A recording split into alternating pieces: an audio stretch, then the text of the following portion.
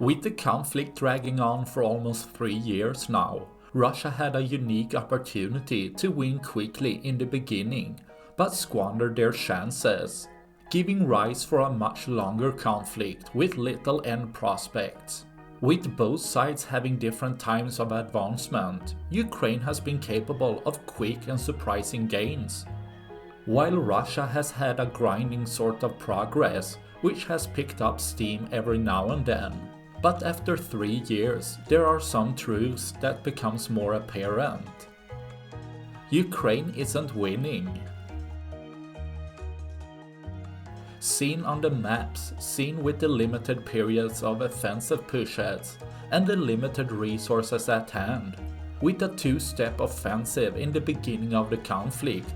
After that, Ukraine has had little other notable success with territory gains, later having very small gains hard to see on a map when showing the entire Ukraine, while Ukraine will struggle to push forward with offensive maneuvers, having the shortage of manpower, equipment and resources compared to Russia, but maybe they don't have to.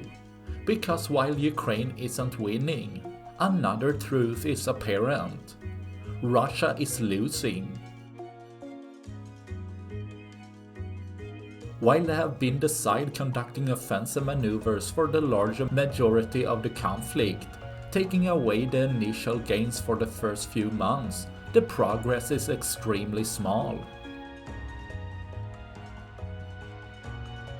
With Russia gaining around 1% of Ukraine's territory during an entire year, while depleting their resources and hurting in every possible way, losing more important, more capable system than they can produce. With SAM system, tanks, self-propelled artillery, MLRS, radars, airplanes, helicopters, and their navy all suffering heavily, making it a finite resource which they had to live off from the Soviet Union times.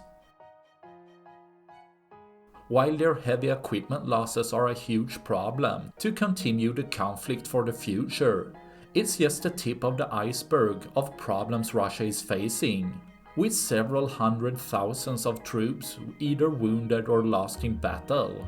The cost of this alone becomes astronomical, adding Russia's demographic problem of low birth rate, a brain drain of their educated people, and the losses of their troops.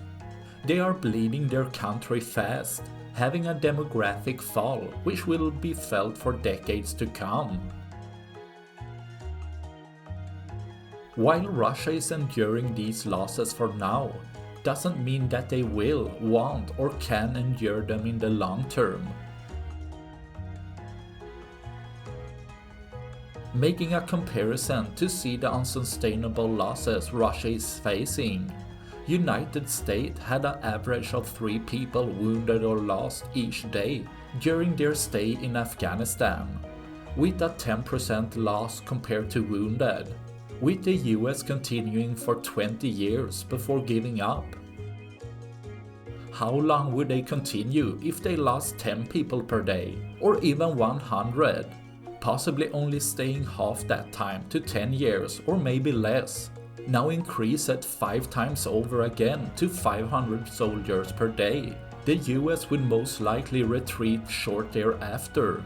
Now Russia is having over 1,000 troops per day lost or wounded, with a trend that have slowly been pushing up during the entire conflict, with an overall average of over 600 soldiers per day since the conflict started, making Russia have the same casualties of 20 years in Afghanistan each and every month.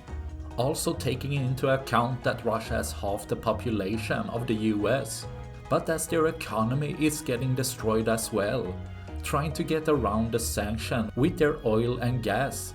The only other product they produce is weapon systems, which are getting destroyed soon thereafter in Ukraine, losing their export market as they need to feed their own military. Having high inflation they can't stop, making the public that isn't working in the military sector to become a lot poorer. using the wartime chest they have saved up before to fund all of this, not investing in their infrastructure or other vital sectors, as everything is cut to bare bone to give as much as possible to the war machine, something that will hurt their economy over the long term, something possible to do in the short term, but where the effects will build up with time and the consequences become more severe as time goes on, possibly already going over the limit their economy can handle. But as the unsustainable war system is built on a continued flow of money, they can't stop this, as it would increase unemployment, with other businesses struggling to survive the environment in Russia. With sky-high interest rates, every sector is being strangled each month, getting more and more suffocated. With Putin having started all this, he always doubles down until he wins. The problem is his hand isn't the winning hand, making him only be able to double down for a period. If this is 3 years, 5 years or 10 years is hard to tell, but the cracks are seen and have been seen for a long time.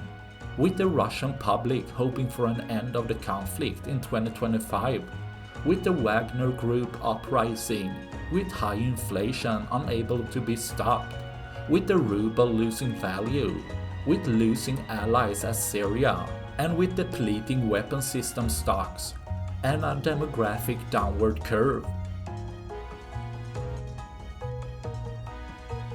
One thing is clear: Ukraine isn't winning, but Russia is losing.